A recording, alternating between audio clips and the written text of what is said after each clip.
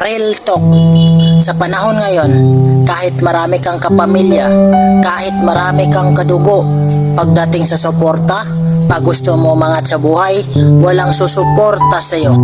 Kung meron man susuporta sa'yo na kapamilya mo, yun ay legit na gusto kanilang umangat sa buhay.